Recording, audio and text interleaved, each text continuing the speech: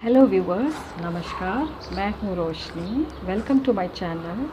आज हम जिस विषय पे बात करेंगे वो है multi language among small kids, their causes and effect in long run. Viewers, क्या आपने कभी ऑब्ज़र्व किया है जब बच्चे अपने घर के एनवायरनमेंट में होते हैं जहाँ माता पिता है, दादा दादी है, चाचा चाची है या फिर और भी कई रिश्तेदार होते हैं जो खासकर जॉइंट फैमिली में होते हैं, या फिर आजकल अर्बनाइजेशन की वजह से न्यूक्लियर फैमिली होते हैं जहाँ सिर्फ माता पिता होते हैं, और इस एनवायरनमेंट में बच्चा जो लैंग्वेज यूज़ करता है वो होता है उसका मदर टंग, दैट इज़ मातृभाषा।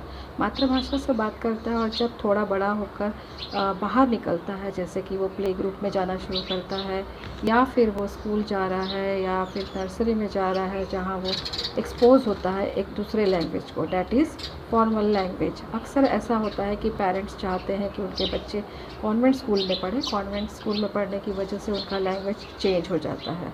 अब सीधी सी बात है कि इंग्लिश लैंग्वेज उनको एक्सपोज हो रहा है।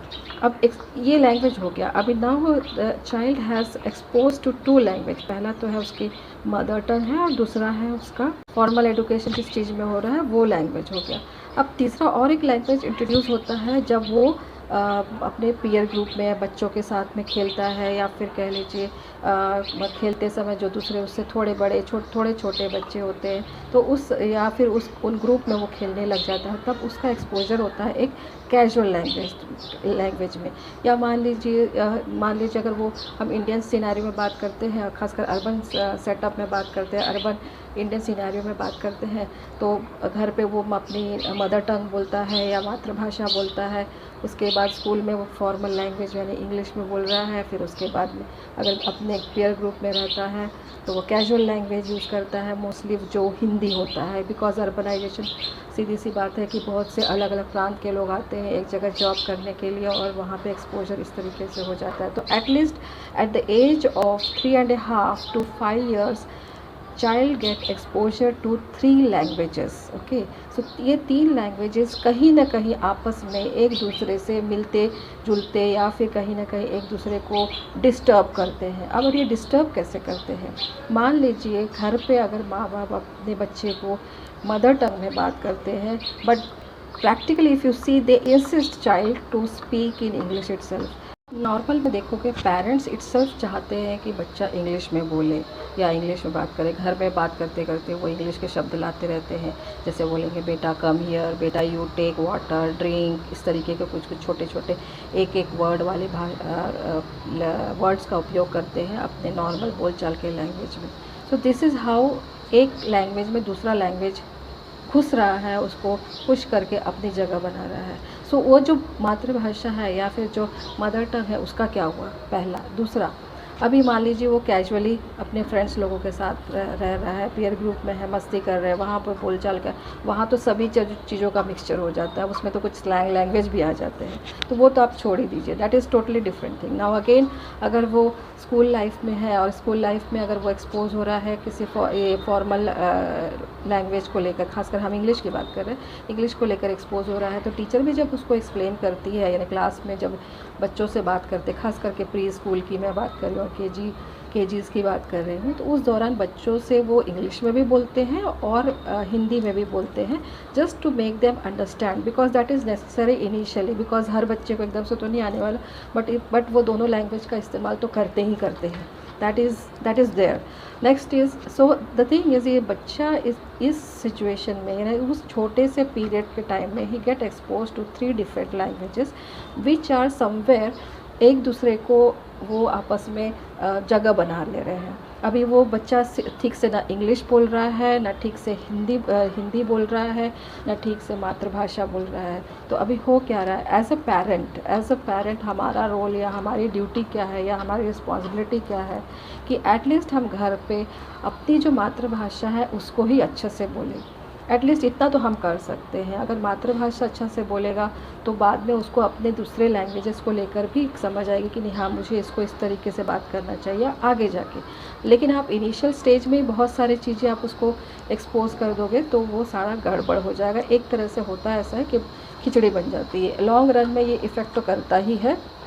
उसको बहुत से शब्द जो उसके खुद के लैंग्वेज में नहीं पता, उसको इंग्लिश में भी नहीं पता, इंग्लिश का इधर हैमर करता है क्योंकि वो इधर बहुत अच्छे से उसका वोकेबलरी पकड़ता नहीं है या उस पर ध्यान नहीं देता है, जस्ट टू चलाने के लिए या अपने बात को एक्सप्रेस करने के लिए कुछ भी इधर उधर का मिक्स करके बात कर लेते हैं। बट आप इन द जिस्ट आप देखोगे कि ना वो कोई भी एक लैंग्वेज में पारंगत नहीं है। भले ही वो हम अभी 4 से 5 साल में उसको पारंगत होने की बात नहीं कर रहे, लेकिन हम प्रिपरेशन की बात कर रहे हैं या हम प्रिकॉशन की बात कर रहे हैं या फिर हम इम्प्लीमेंट करने की बात कर रहे हैं कि हमको क्या चीज़ इम्प्लीमेंट करना चाहिए। एज एन पेरेंट हमको एटलीस्ट अपने मदर टंग पे स्टिक रहना चाहिए, उसकी वोकेबलरी पे ध्यान देना चाहिए, ना कि वहाँ के कोई वर्ड्स को इंग्लिश में या फिर हिंदी में उसको यूज़ कर लिया और काम चला लिया। ऐसे ही अगर आप देखिए वो तो फ्यूचर में जाके उसको पढ़ना ही है तो वो language I mean English language उसको आगे बढ़ना ही है तो वो करेगा ही। चाहे सोशल स्टडीज़ जैसे बहुत बड़े बड़े आंसर लिखने होते हैं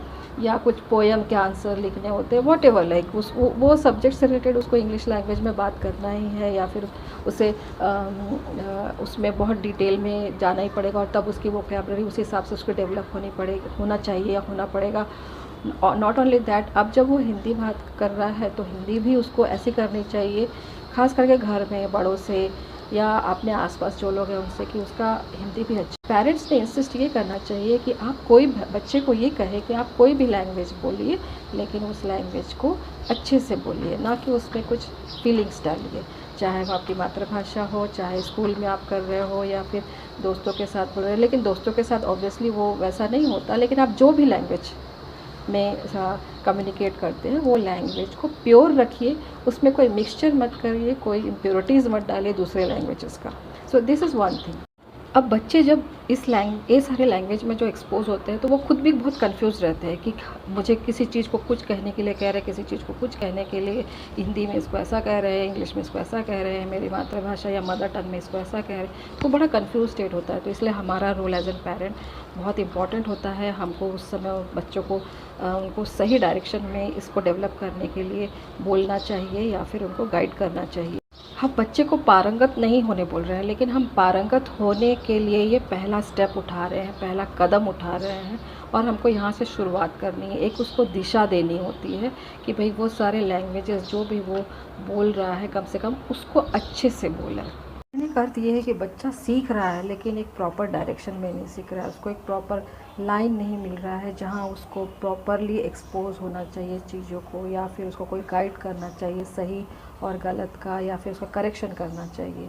जबकि आप देखेंगे यही एक ऐसा एज है जहाँ पे बच्चे बहुत चीज़ों को एक्सपोज होते हैं, दुनिया को एक्सप्लोर करते हैं, अपने आसपास के वातावरण को एक्सप्लोर करते हैं, नई नई चीज़ें जानते हैं। क्यूरियोसिटी होने की वजह से वो बहुत सारे क्वेश्चंस पूछते हैं और यही एक अच्छा समय है जब आप उसको एक बहुत अच्छा इनपुट दे सकते हैं, अच्छी चीज़ें उनके दिमाग में डाल सकते हैं, किसी चीज़ के बारे में उसको बहुत अच्छी अच्छी इन्फॉर्मेशन दे सकते हैं।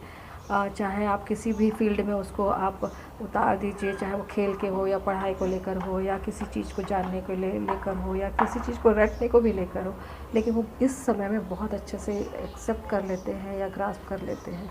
So now this is our role, our responsibility and duty as an parent, as an elder. हम लोग इसी पॉइंट पे या इस पॉइंट पे स्टिक होते हैं कि फ़िलहाल हम लैंग्वेज पे ध्यान देंगे जहाँ पे बच्चा अलग अलग लैंग्वेज को एक्सपोज होता है और हम यहीं पे उनका करेक्शन करना शुरू करेंगे, चाहे वो वोकेबलरी ऐड करने को लेकर हो या कोई लैंग्वेज के वोकेबलरी को ठीक करने को लेकर हो, ताकि वो उस लैंग्वेज को, जो भी लैंग्वेज वो एक्सपोज हो रहा है या बात कर रहा है, उसको अच्छे तरीके से बोल सके।